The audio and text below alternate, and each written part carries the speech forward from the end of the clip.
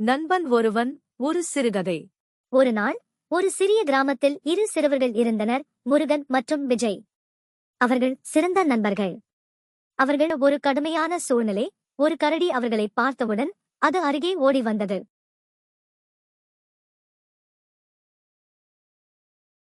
விஜய் அருகில் இருந்த மரத்தில் ஏறிக்கொண்டான்.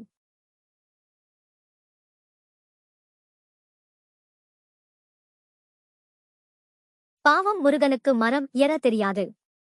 என்ன செய்வது என்று தெரியாமல் கீழே படுத்து இறந்தவனைப் போல நடித்தான். நகரவோ இல்லாமல் இருந்ததால் கரடி அவனை இறந்துவிட்டதாக நினைத்து அங்கேயே விட்டுவிட்டு போய்விட்டது. விஜய் கரடி போய் விட்டது என்று தெரிந்ததும் கீழே இறங்கி வந்தான்.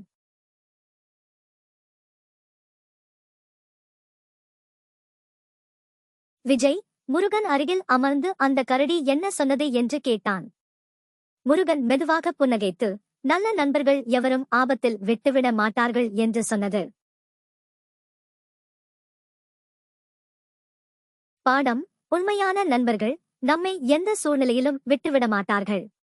நண்பரை தேர்வு செய்வதில் ஜாக்கிரதையாக இருங்கள்.